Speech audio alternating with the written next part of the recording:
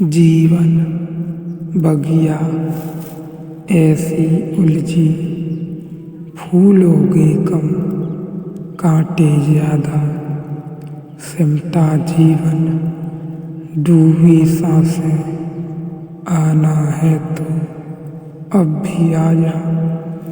यदि आपने अभी तक अंतिम अध्याय नहीं देखा है तो कृपया करके अंतिम अध्याय देखें, उसके बाद ही इस अध्याय में प्रवेश करें, क्योंकि बिना पिछला अध्याय देखे इस अध्याय को समझ पाना करीब करीब मुश्किल है।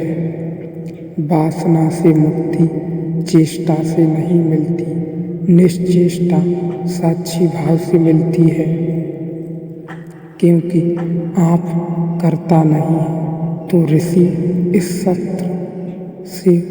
इस सूत्र को शुरू करता है। मैं करता नहीं हूँ, मैं भोगता भी नहीं हूँ, करता नहीं हूँ, यह भी समझ में आ जाए मैं भोगता भी नहीं हूँ। यह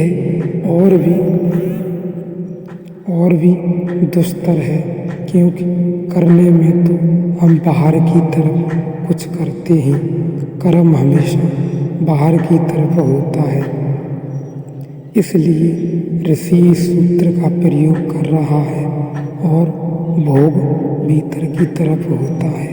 जब हम कुछ करते हैं तो हम अपने से बाहर जाते हैं, और जब हम कुछ भोगते हैं तो अपने भीतर जाते हैं। भोग भीतर की तरफ होता है, इसलिए और भी निकट है। इसलिए यह भी आदमी समझ ले कि मैं करता नहीं हूँ, यह समझना बहुत मुश्किल हो जाता है कि मैं भोगता भी नहीं हूँ। यदि यह समझ में आ जाए कि मैं करता भी नहीं हूँ तो यह भी समझ में आ जाएगा कि मैं भोगता भी नहीं हूँ, भोगता भी नहीं। लेकिन जो करता नहीं है वह भोगता भी नहीं हो सकता, क्योंकि भोग भी गहन कर्म है, भोगना भी कर्म है। मैंने भोगा ऐसा कहना भी सूक्ष्म कर्म है। मैंने किया यह तो कर्म है ही। स्थूल मैंने भोगा यह भी सूक्ष्म कर्म है। तो जब कर्ता का भाव बाहर होता है तो भीतर भोक्ता का भाव होता है, और जितना बड़ा कर्ता का भाव होता है उतनी ही भोक्ता की आकांक्षा होती है। इसलिए जितना बड़ा कर्ता का भाव उतना ही जीवन में विषाद आता है, क्योंकि उतनी ही भोग की वासना की, और जितनी बड़ी वासना उतनी ही अतृप्ति छूट जाती है। इसलिए बहुत करने वाले अक्सर बहुत दुखी पाए जाते हैं, क्योंकि उनको लगता है इतना किया और मिल गया, भोगा क्या। सच तो यह है कि आदमी करता चला जाता है इस आशा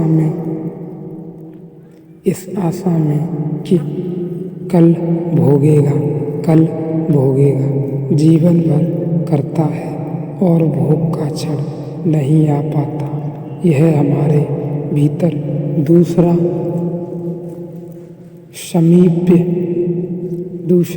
समीप्य है। जब आप भोजन कर रहे हैं तो यह भी हम मान लें कि भूख आप पैदा नहीं करते, इसलिए उसके आप करता नहीं। यह कठिन नहीं है बात। भूख पैदा आप नहीं करते, भूख लगती है, और न लगे तो कोई उपाय नहीं है कि आप उसको पैदा कर लें। तो साफ इतना तो है कि भूख लगती है, हम उसे पैदा नहीं करते, इसलिए भोजन कर रहे हैं। क्योंकि भूख लगी है लेकिन स्वाद तो हमें आता है, सुखद लगे तो है, दुखद लगता है तो रिक्त लगता है, तो कड़वा लगता है, तो मीठा लगता है, तो स्वाद तो हमें मिलता है। तो मान लो कि भूखे हमें नहीं लगती, भूख हम नहीं लाते, लगती है। भूख को हम पैदा नहीं करने वाले नहीं, लेकिन स्वाद तो हम लेते ही हैं। स्वाद और भी सूक्ष्म है। सच में ही क्या हम स्वाद लेते हैं, या स्वाद भी यंत्र में ही घटित होता है और सिर्फ निकटता के कारण हमें लगता है कि मैं स्वाद ले रहा हूँ। स्वाद भी हमारे यंत्र में ही घटित होता है। इसलिए जब आप बुखार में होते हैं तो स्वाद नहीं ले पाते, स्वाद आता नहीं। वही है, लेकिन यंत्र अभी भी शिथिल है और स्वाद लेने में सक्षम नहीं है। यंत्र में ही स्वाद घटित होता है। पावलोव ने रूस में बहुत से प्रयोग किए हैं। उन प्रयासों में इस संबंध में कुछ समझने जैसी बात है। पावलोव कहता है कि स्वाद सुखद है, स्वाद सुखद है या दुखद है। आप भोजन कर रहे हैं, जब भी आप भोजन करते हैं तब एक दुर्गंध आपके चारों तरफ छोड़ दी जाती है। तो धीरे धीरे भोजन करना दुखद हो जाएगा। या जब भी आप भोजन करते हैं तो आपकी कुर्सी से एक बिजली का शॉक आपको दे दिया जाता है। तो 10-15 दिन में भोजन करते वक्त आप दुख की प्रतीक्षा करते रहेंगे कि अब आज शौक न भी दिया जाए तो भी भोजन में स्वाद नहीं ले पाएंगे। अनेक माताओं की तकलीफ यही होती है कि उनके बच्चे भोजन नहीं करते, लाख चेष्टा करते हैं और भोजन नहीं करते, और उनको ख्याल में नहीं आता कि बच्चे का इसमें कसूर नहीं है। असल में बच्चे के साथ जब भी उसने दूध मांगा है, माँ ने जो व्यवहार किया है वह भोजन को ही अरुचिकर कर गया है, एसोसिएशन हो गया है। जब भी बच्चे ने दूध मांगा है तभी माँ ने बहुत सद्व्यवहार नहीं किया है, तो वह जो दुर्व्यवहार है वह भोजन के साथ संयुक्त हो गया है। पुरुषों के मन में इतना आकर्षण स्त्रियों के स्तनों के प्रति वस्तुतः माताओं का बच्चों के साथ स्तन को छुड़ाने की चेष्टा का परिणाम है। हम माँ को अपने बच्चों से स्तन को छुड़ाने की कोशिश में लगी है। हर माँ कि जल्दी अलग हो जाओ, वह जिंदगी भर अलग नहीं हो पाता। बुढ़ापे तक भी वह स्तन को ही देखता रहता है। यह जो पुरुषों का इतना आकर्षण है स्तन में, यह अकारण नहीं है। वह बचपन जब स्तन सब कुछ था, जीवन था, बस बुरी तरह छीना झपटा गया है उससे कि अब वह जिंदगी भर उसी स्मृति के आसपास घूमता रहता है।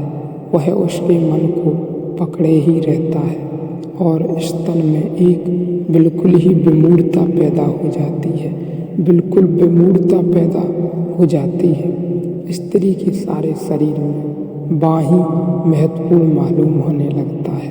चित्रकार जिंदगी इसी में लगाते हैं, गवाते रहते हैं। लोग कहते हैं बहुत मेधावी हैं, वे कुल इतना काम कर रहे हैं कि स्त्रियों के स्तन बनाते रहते हैं। मूर्तिकार मूर्तियाँ गढ़ते रहते हैं, कवि कविताएं लिखते रहते हैं। ये सब बुद्धिमान लोग हैं। स्तन के आसपास इतनी कविताएं, इतनी मूर्ति, इतने चित्र विक्षिप्तता बताते हैं। आदमी पागल है, लेकिन घटना छोटी सी है जिससे सब शुरुआत हो जाती है। इसलिए जिन कौमों में माताएं स्तन पिलाने में बच्चों को आनंद लेती हैं, उन कौमों में स्तन का कोई आकर्षण नहीं होता। आदिवासी कौमें हैं बिल्कुल अविकसित तो माँ आनंद लेती है और वहाँ बच्चों के साथ भी फिर किसी प्रकार का आकर्षण नहीं रह जाता।